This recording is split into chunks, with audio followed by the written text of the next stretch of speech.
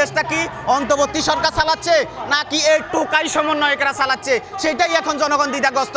যে টোকাইরা বলে এক কথা, সমন্বয়ক নামক টোকাইরা বলে এক কথা, অন্তর্বর্তী সরকার বলে আরেক কথা। হ্যাঁ, এই যে এনপিসি বলা হয়েছে নাগরিক কমিটি, তারা বলে এই দেশে ভোট দেওয়া হবে না, ভোট আরো পরে তারা বলার কে? এই দেশে যেহেতু অন্তর্বর্তী সরকার বৈধ হোক আর অবৈধ হোক, একটা অন্তর্বর্তী সরকার আছে, তারাই সিদ্ধান্ত নিবে এই দেশে ভোট কখন হবে। কিন্তু নাহিদ ইসলাম বলে এই দেশে ভোট হবে না। আরে নাহিদ ইসলাম তুমি কে বলার? হ্যাঁ, এই দেশের 18 কোটি মানুষ এই দেশের মালিক, এই দেশের জনগণ ঠিক করবে যে ভোট কখন হবে, এই দেশে অন্তর্বর্তী সরকার ঠিক করবে যে ভোট কখন হবে। তুমি বলার কে যে ভোট হবে এই বছর হবে না অমুক বছর হবে? তোমার তো বলার এগুলোর অধিকার নাই।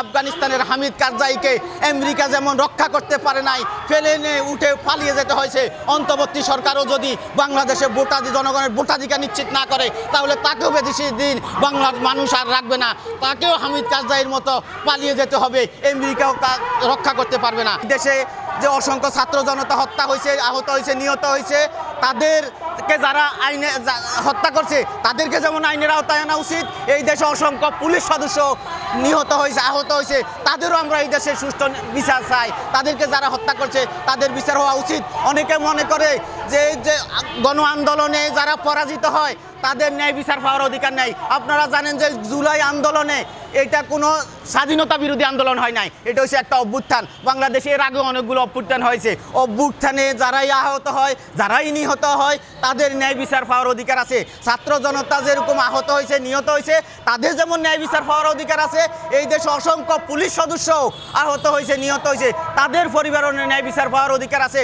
আমরা বলি যে ছাত্র জনতা যারা নিহত হয়েছে তাদের পরিবার তাদের জন্য কান্নাকাটি করতেছে, তাহলে পুলিশ যারা নিহত হয়েছে তাদেরও পরিবার আছে, তাদেরও ঘর সংসার আছে, তাদের ছেলেমেয়েরাও তাদের বাবা মায়ের জন্য কান্নাকাটি করতেছে, তাহলে তারা কেন ন্যায় বিচার পাবে না?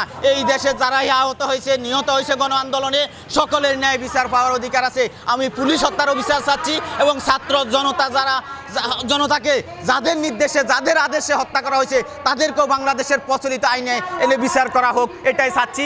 এবং বাংলাদেশে অচিরেই একটা গণতান্ত্রিক পরিবেশের জন্য ভোটাধিকার, জনগণ যেন দীর্ঘ 15 বছর যাবৎ জনগণ ভোটাধিকারের জন্য আগ্রহ নিয়ে তাকিয়ে আছে, জনগণ যেন নির্বিঘ্ন পরিবেশে তাদের ভোটাধিকার প্রয়োগ করতে পারে, সেই পরিবেশ নিশ্চিত করতে হবে।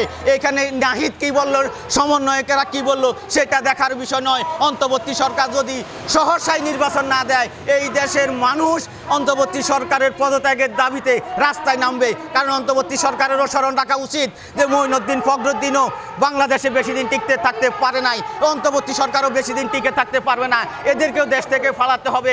আফগানিস্তানের হামিদ কারজাইকে আমেরিকা যেমন রক্ষা করতে পারে নাই, ফেলে নিয়ে উঠে পালিয়ে যেতে হয়েছে, অন্তর্বর্তী সরকারও যদি বাংলাদেশে জনগণের ভোটাধিকার নিশ্চিত না করে, তাহলে তাকেও বেশি দিন বাংলার মানুষ আর রাখবে না, তাকেও হামিদ কারজাইয়ের মতো পালিয়ে যেতে হবে, আমেরিকাও রক্ষা করতে পারবে না। কারণ বাংলাদেশের মানুষ কোনো পাকিস্তানপন্থী নয়, বাংলাদেশের মানুষ ভারতপন্থী নয়, বাংলাদেশের মানুষ আমেরিকা, চায়না, রাশিয়াপন্থী নয়, বাংলাদেশের মানুষ বাংলাদেশ প্রেমী মানুষ। বাংলাদেশের মানুষ দীর্ঘমেয়াদে কোনো অন্যায় অবিচারকে দীর্ঘমেয়াদী মেনে নেয় নাই। আওয়ামী লীগের 15 বছরের শাসনামল জনগণ যেমন মেনে নেয় নাই, অবৈধ, অগণতান্ত্রিক, অনির্বাচিত সরকারের শাসন জনগণ দীর্ঘমেয়াদী মেনে নেবে না।